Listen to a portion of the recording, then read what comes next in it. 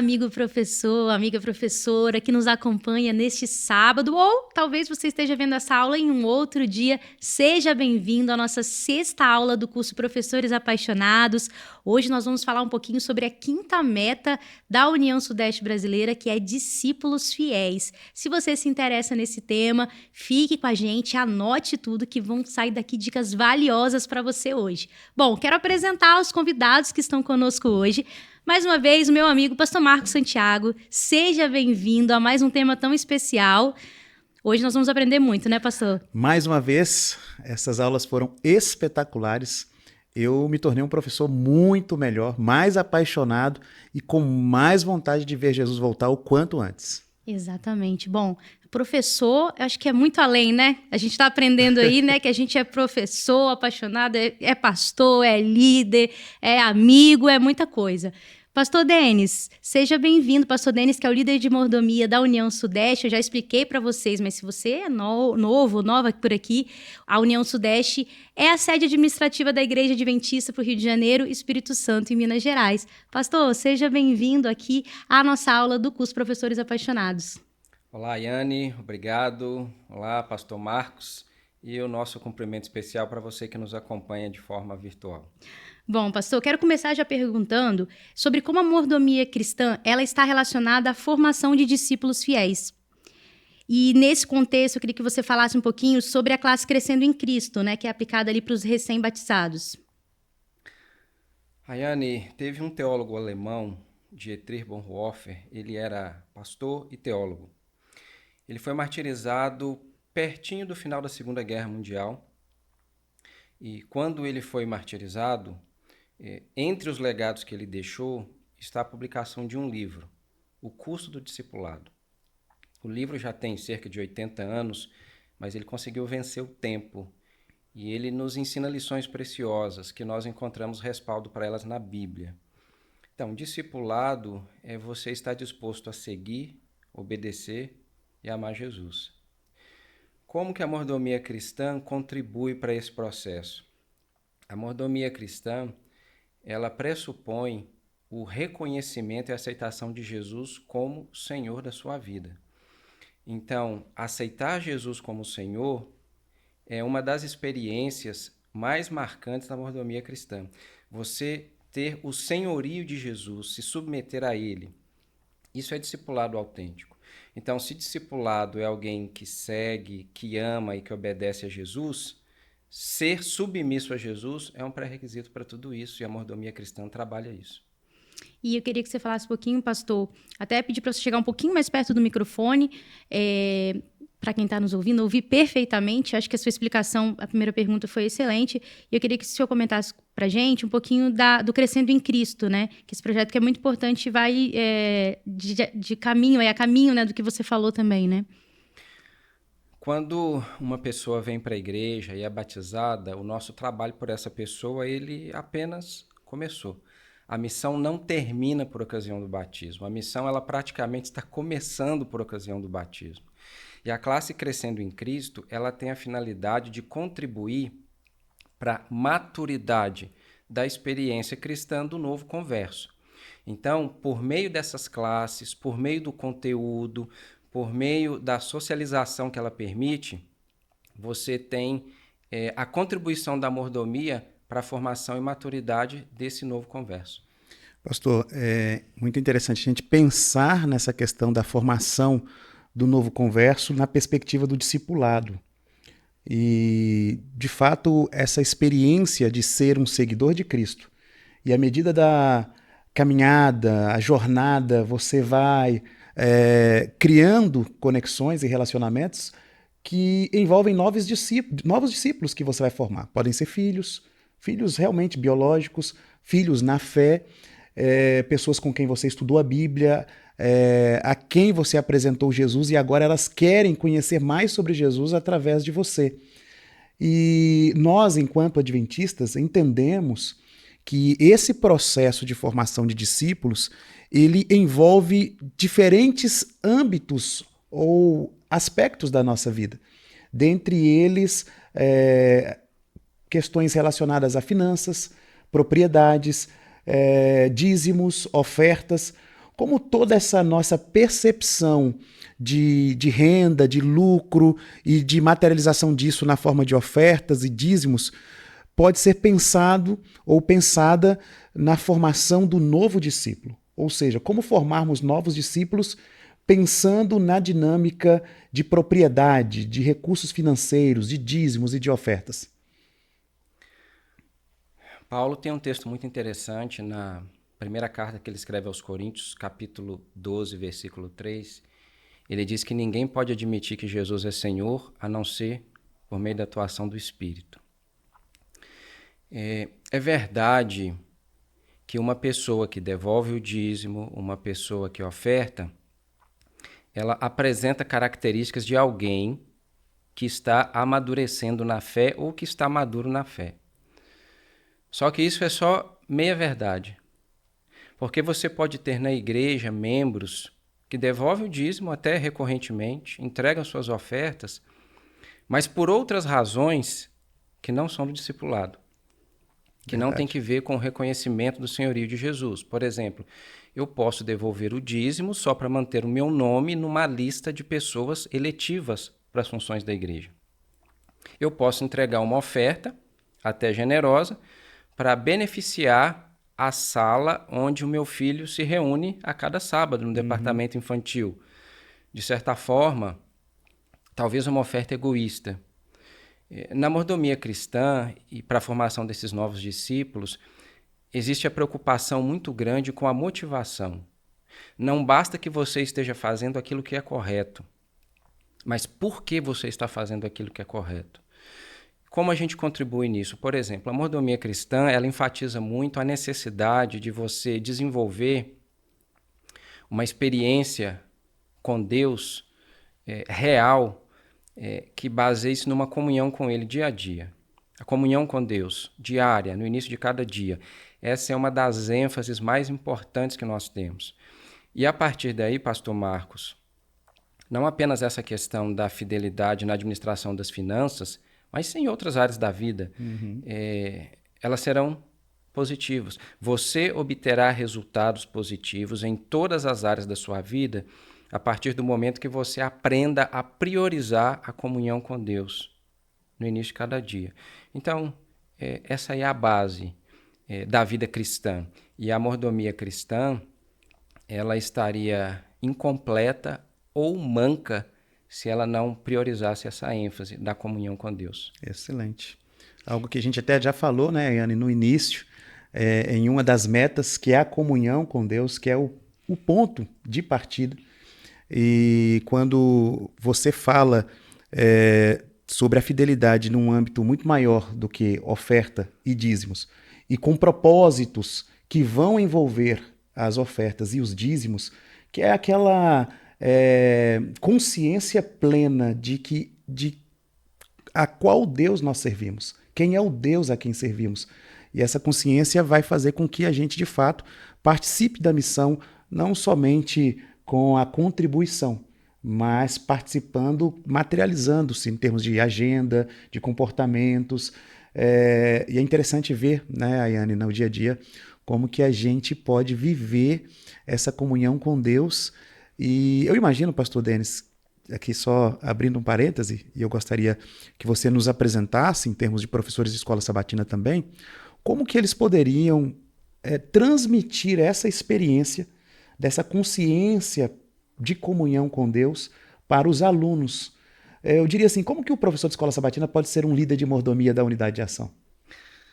Pastor, essa pergunta ela é muito importante. E na medida em que você elaborava e apresentava, eu me lembrei de Moisés. Moisés foi o maior líder do povo de Deus. No Antigo Testamento, pelo menos, não há como contestá-lo. O maior líder. E Moisés ele tinha muitas características que fizeram dele o líder que ele foi. Moisés ele não temia se posicionar. Moisés, quando era necessário, ele confrontava o pecador, mas ele também estava disposto a interceder pelo pecador. E Moisés, algo para ele era muito claro.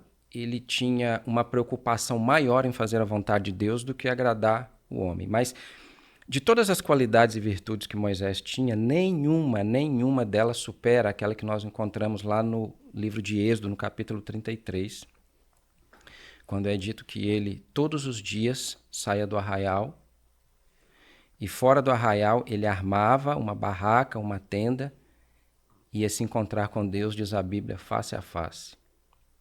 E o povo, todas as vezes que via Moisés se deslocando do centro do acampamento para fora do arraial, a Bíblia diz que o povo, à porta da tenda, das suas tendas, das suas barracas, eles se prostravam e adoravam a Deus.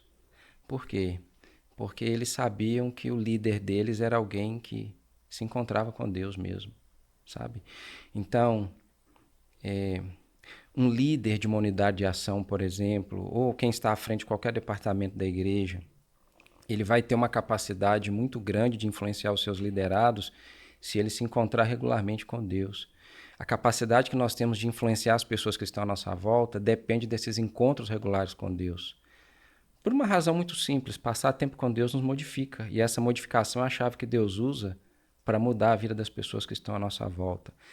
Então, mais do que você apresentar uma receita de bolo, e você poderia apresentar, um professor poderia chegar para os seus alunos, por exemplo, na unidade de ação e dizer, olha, escolha um cômodo fixo na sua casa para você ter comunhão com Deus. Escolha um horário, escolha uma literatura, dê preferência aos livros do Espírito de Profecia que são mais cristocêntricos. Você pode apresentar uma receita, não há nenhuma dificuldade nisso. Mas, na verdade, o liderado ele vai ser influenciado na medida que ele vê Deus refletido na vida do líder dele. Foi assim com Moisés, e de lá para cá eu creio que as coisas não mudaram, continua sendo assim hoje. Amém. Excelente.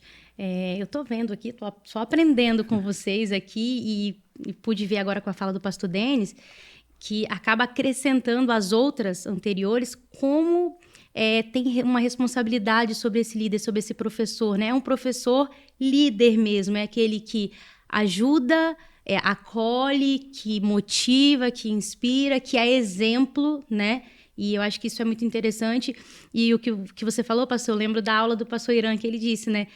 Falar sobre mordomia na igreja não é só o papel do líder de mordomia.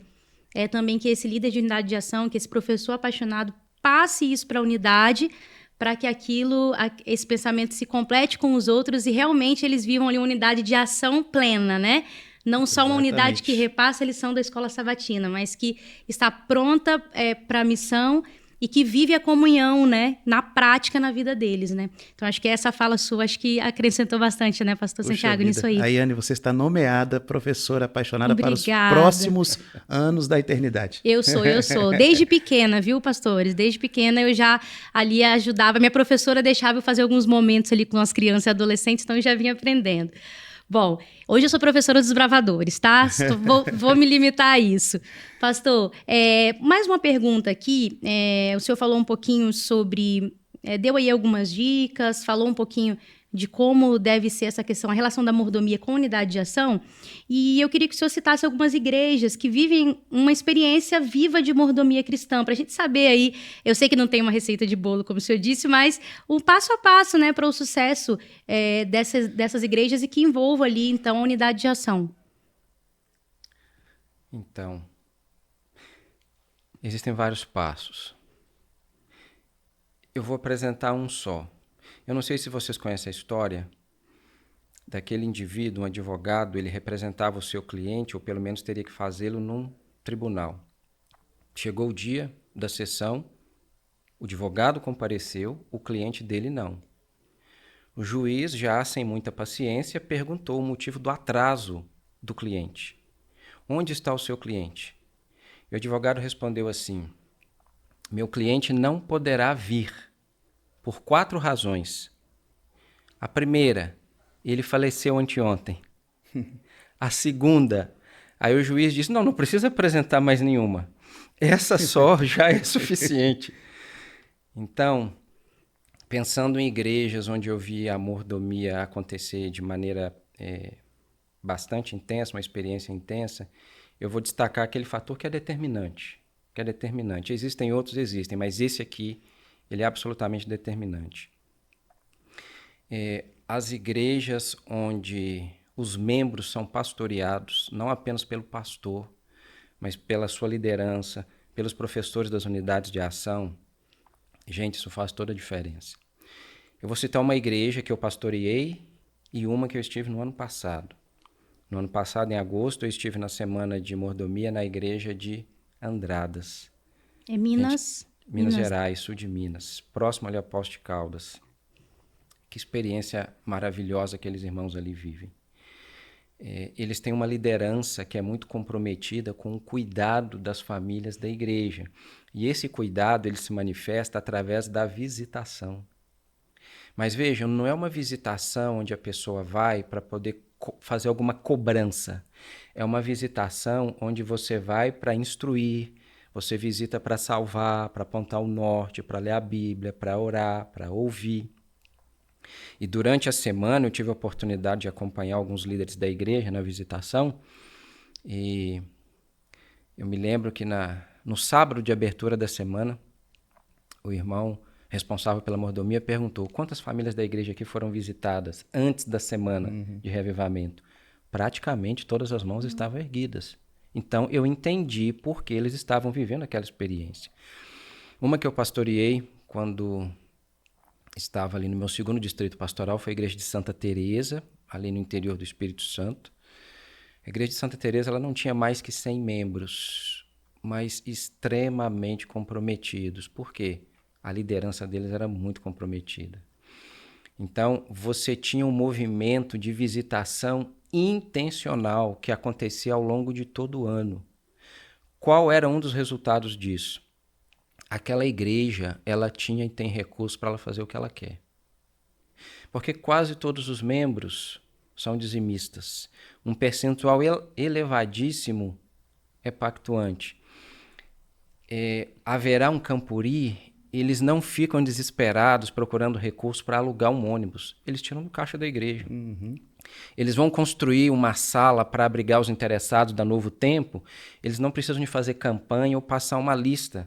Por quê? Eles têm recurso no caixa da igreja. Eles têm recurso no caixa da igreja que você olha para o número de membros e você pensa assim, não, eles não podem ter tudo isso lá. Mas isso é resultado de quê? Uma liderança forte que se compromete em cuidar dos seus membros por meio da visitação. Fantástico. Então eles envolvem os oficiais, eles envolvem os professores da unidade de ação, o pastor que está lá participa da visitação e os resultados estão aí a olhos vistos. Louvado seja Deus, né? A gente sabia que as nossas igrejas têm compromisso com Cristo. E é um trabalho que você vê que não é algo esporádico, né, pastor? É algo que é feito... Porque para chegar num nível desse é algo consolidado já, que acontece diariamente ali, né? É um trabalho intencional e perene. E ele é fruto, em grande medida, de uma aproximação teológica que esses líderes têm da compreensão da igreja a respeito da missão, a respeito da mordomia. Então, eles estão muito sintonizados com aquilo que é claro para a igreja. Muito bom. Pastor Denis, a gente está chegando ao final e naquele modelo ping-pong, a gente vai fazer algumas afirmações e você conclui as afirmações com um pensamento breve, objetivo e que, de certa forma, resume tudo isso que a gente conversou na aula de hoje. Mordomia cristã é... Mordomia cristã é entrega, ela é consagração, ela é a vida do adorador sobre o altar. Ser um discípulo fiel é? É alguém que ama Jesus, está disposto a obedecê-lo e a seguir a sua palavra para onde quer que ela apontar. E uma unidade missionária? A unidade missionária é aquela que tem prazer em servir. A graça de Cristo alcançou tanto o coração dos membros dessa unidade que não há outra coisa a se fazer a não ser extravasar esse amor por meio do testemunho. Amém. Amém. Muito bom, pastor. Eu queria que você deixasse um recado final para os professores que estão nos assistindo, os professores da Escola Sabatina, baseado aí no que a gente falou sobre essa quinta meta, discípulos fiéis. Primeiro eu queria dizer que é um prazer, se você é um líder de uma unidade de ação, é um professor na Escola Sabatina e está nos ouvindo agora, para mim é um prazer poder me dirigir a você. Eu queria fazer um pedido, ou se você entender assim, um apelo. Só que esse apelo ele não é meu, esse apelo ele é do próprio Senhor Jesus. Jesus, quando teve um dos seus últimos diálogos com Pedro, ele disse para Pedro o seguinte: Pedro, se você me ama, pastoreia as minhas ovelhas. A gente pode pegar aquela experiência lá e transportar para hoje, né? Está lá em João capítulo 21, 15 em diante. A você foi comissionado um pequeno rebanho. São pessoas por quem Cristo deu a vida, derramou o sangue no Calvário. E a maior prova de amor que você pode dar a Jesus é pastorear, é cuidar dessas ovelhas que ele confiou a você, e ele vai te capacitar para cumprir isso. Quero agradecer, pastor Denis, mais uma vez pela presença. Muito obrigado. Pastor Santiago, muito obrigado por mais uma aula aí, estamos juntos nessa missão, uma bênção com certeza, e agradecer a você, professor apaixonado, que eu tenho certeza que está ainda mais apaixonado por esse ministério, e o que a gente deseja é que essas aulas que você assistiu até agora vão ter mais conteúdos por aí que tenham te fortalecido, que você possa, de fato, colocar em prática o que você aprendeu aqui, porque vai ser um sucesso. A igreja conta com você e a missão também conta com a sua participação. Muito obrigada e até a próxima.